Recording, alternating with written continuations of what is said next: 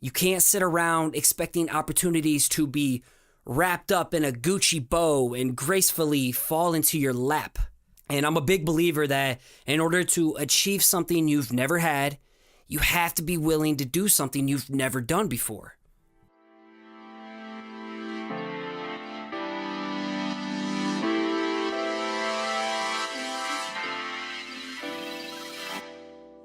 What's going on? You're listening to episode 59 of the Perspective Podcast, and I'm your host, Scotty.D.Russell of Perspective Collective. This show is about carving out time to build something for yourself and being open to seeing things from a different perspective. I want to share what is and isn't working for me, along with sharing my guest point of view. And starting off with just a quick announcement for you, I will be speaking at AIGA Rally Thrive Conference, February 23rd in North Carolina. Now, this is going to be a jam-packed one-day conference with speakers all over from the U.S. The goal is to help you not only have a thriving creative career, but also to get you to help others thrive as well. And for more information of this, I'll have it in the show notes, and you can just Google AIGA Rally Thrive for more. It'll be the first thing that'll pop up, and that's where you'll get more information and how to register. So the premise for today's episode is meant to light a fire under your ass as you start 2018. It's all about rising up to the challenge of whatever this year may bring you. You can follow along and read the show notes in a blog format at perspective-collective.com/59. And if you think someone can find value in this episode, please give it a share on social media. It's because of your word of mouth that the show keeps on growing, and I'm crazy appreciative of it. Finally, connect with me and check out all the episode artwork on Instagram at Perspective Podcast. Let's get into the show. Now, I want to ask you something. What did you accomplish in 2017? Did you build or work on something that you can be proud of? If so, you have a chance to build on that momentum in 2018. If not, don't worry, you have a clean slate to get your hands dirty and get to work. I say it all the time, but I'm a huge believer that you have insane amounts of potential buried inside of you. Yet the road to mining it won't be easy. You're going to deal with plenty of shit in order to get to the sunshine, as mentioned in last week's episode. This year is your opportunity to rise up to the challenge of taking initiative, being prepared to say yes, and knowing when to say no. And I want to start it off first by talking about creating your own door. Opportunities are out there to be had, but they won't knock if you haven't built a door. And this one's straight from Tony Diaz of Industry Print Shop, and I had him on back in episode 56. I encourage you to listen to that one if you want to know more about him, as well as this whole concept of creating your own door. But basically, it all boils down to being proactive instead of reactive. And looking back on things, I wouldn't be where I am today had I not gotten uncomfortable by sharing my artwork on Instagram. You know, that terrified me. I didn't share that I was an artist until, probably the age of, I would say 20, 21, right when I was getting ready to graduate college. And looking back on this as well, I'd be stuck in my last miserable day job that just beat me down each day had I not busted my ass working outside of work to build a stellar portfolio, which landed me the current day job I'm at now. You can't sit around expecting opportunities to be wrapped up in a Gucci bow and gracefully fall into your lap. Nothing in life worth having comes easy. And this is something that was told to me all the time in football, especially in college. And I'm a big believer that in order to achieve something you've never had, you have to be willing to do something you've never done before. So when I'm talking about creating your own luck and building doors, to me, this looks like sharing the early stages of your work, even though it looks like trash to you. It could mean starting a side project and marketing yourself through social media, or reaching out to someone to collaborate with, even though they may say no. Or it may mean going with your gut, even though others advise against it. Please get out of the bitching and complaining business, be proactive, hire yourself, and join the door building business. Next, be prepared when opportunity knocks. Back in June 2015, I took the initiative and I started blogging, okay? I built my own door. To be honest though, in the beginning, I sucked. But little did I know that I was launching my public speaking career at that time. I had no idea what I was getting myself into and what it was going to lead to. And only a year into blogging, I was offered my first speaking gig by my good friend Diane Gibbs back in February 2016. Diane is a door builder for other people, and she makes things happen. And the opportunity she gave me was a keynote at a conference called Flourish in Mobile, Alabama, and the attendance ranged from 100 to 150 people. When she asked if I was interested, every bone in my body wanted to just scream out no. I was terrified. I was scared and totally outside of my comfort zone, especially with a crowd of 100 to 150 people. Like, I hadn't even spoke in front of a room of 15 people except for like in public speaking class back in college. And looking back on this now, like, this was such a monumental moment in my creative career. And, I wonder sometimes, where would I have been, or where would I be today if I would have declined that? And thankfully, I said yes, and I practiced my ass off, and I gave a solid first speech. And 2 weeks later, I got a call from the Mike Jones, the owner of Creative South. He offered me a speaking slot at a conference that sells out at 800 people each year. Again, every bone in my body wanted to scream no, because this was even more scary than the first opportunity. But again, I rose to that challenge. And since then, I've spoken in front of hundreds of people at conferences like Crop, Pop-Up Crop, WMC Fest. It's also helped me land multiple opportunities at local schools, events, and conferences.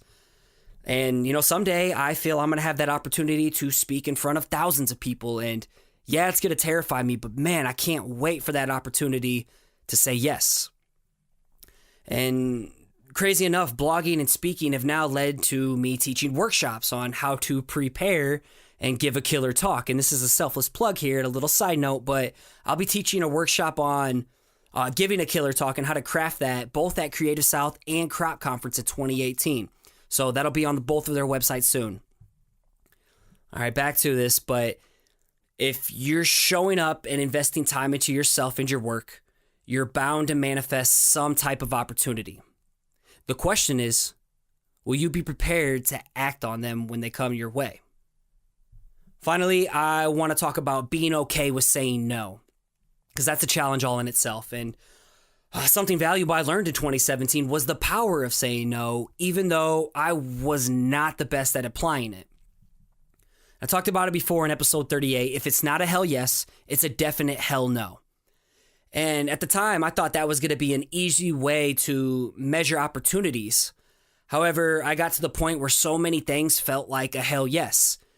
And this caused me to grind myself to exhaustion and essentially neglecting relationships that mattered the most. And November was a hard learning opportunity, as I did a lot of cool things. I spoke at a conference in Texas. I completed not one, but 2 murals. I taught a lettering workshop. I got the podcast back to a weekly format. And all the while, I stressed myself the fuck out. And I did all of this outside of a 40-hour day job. And while you think I would be super proud of these accomplishments, I learned the hard way that while these all seemed like hell yes opportunities, I could have said no to a few of them for the sake of my sanity. Learning when to say no to a great opportunity isn't easy. It's hard to see past it and realize that this isn't the last opportunity that's going to come your way. Something I'm also applying is writing down a short list of focused priorities within a season. And what I mean by this is in Q1, 4 months, I'm considering Q1 as a season of 2018. My focus is solely on building the podcast and delivering killer speeches in February and March. Like, that's all I'm focusing on, which means saying no to any great freelance opportunities or teaching lettering workshops and anything else really cool that's a hell yes that may pop up. Knowing what's most important to focus on should hopefully make saying no to hell yes opportunities a little easier. So I'm still working on this one. And as you move forward into 2018, no matter where you are on your creative path, I hope you constantly mine for that potential buried within you. Stop looking for the easy trail and seek out mountains to climb in 2018. It all boils down to how badly do you want it and what are you prepared to do to make it happen. Rise up to whatever challenges come your way this year because they're coming. And be prepared for the opportunities that manifest from climbing those mountains instead of taking the easy trails. And lastly, remember, don't expect a damn thing in this world to be handed to you. Stake your claim and take it.